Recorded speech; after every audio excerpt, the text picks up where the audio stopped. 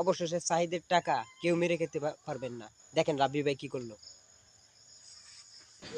আমরা পুরো দেশবাসী এবং কি প্রবাসী সায়েদ ভাইয়ের জন্য টাকা পাঠাইছিলাম, আর এই টাকা আপনারা স্বেচ্ছায় দিচ্ছেন, কিন্তু এই টাকা যার কাছে আছে অবৈধভাবে যারা টাকাটা রাখতে চাবে তাদের জন্য আইনি ব্যবস্থা নিয়ে হইলুক, যেভাবে হইল হোক আমরা টাকা ম্যানেজ করব। আজকে আইনি ব্যবস্থা নিয়ে আমাদের সায়েদের যেই টাকাটা আপনারা কষ্ট করে পাঠাইছেন এটা সংগ্রহ করার জন্য আসছি, এবং কি আমরা সংগ্রহ করে ইনশাল্লাহ যাব।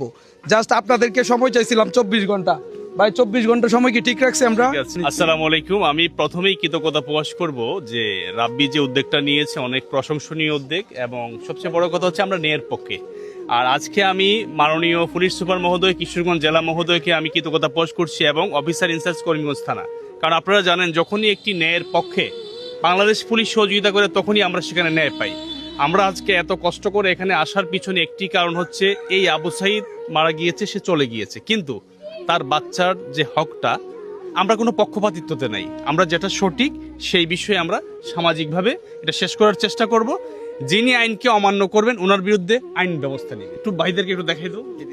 এইদিকে আসেন, আপনারা এদিকে আসেন। বাংলাদেশ পুলিশের গর্ব, বাংলাদেশ পুলিশের এই ভালো কাজগুলা আপনারা দেখবেন। কেন দেখবেন? আজকে যদি বাংলাদেশ পুলিশ এই আবু সাঈদের বাচ্চাদের পাশে না এসে দাঁড়াতো, হয়তো আমরা ন্যায় বিচার পেতাম না। আশা করি বাংলাদেশ পুলিশের সহযোগিতায় আমরা ন্যায় বিচার পাবো, যেটা সঠিক সেভাবে আমরা কাজ করে যাব। আশা করি কিছু একটা হবে। বলো। যাই হোক, ধন্যবাদ। সায়েদের টাকা কিন্তু সায়েদের পরিবারের হাতেই আছে, এটা নিয়ে আপনারা সংঘর্ষে কেউ জড়াবেন না এবং কি তর্কেই যাবেন না।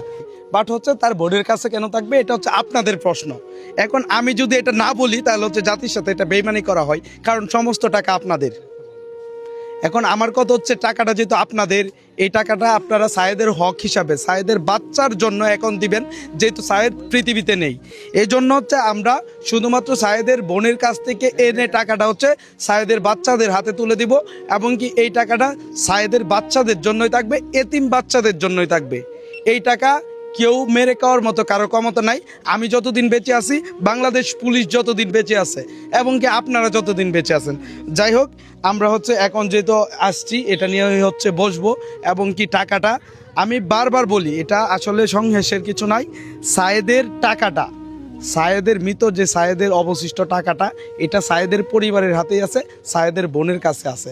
আমরা জাস্ট এই টাকাটা নিয়ে সায়েদের বাচ্চাদের হাতে তুলে দিব, এটাই জাস্ট হচ্ছে আমাদের কাজ, তাই না? আমরা এটাই তো করব, আর কিছু নাই। যে এই মসজিদের বারান্দা কাকা, এটাই তো আমরা চাচ্ছি। আমরা আবার বলি সায়েদের অবশিষ্ট টাকাটা সায়েদের বাচ্চার জন্য দিব, তাই তো?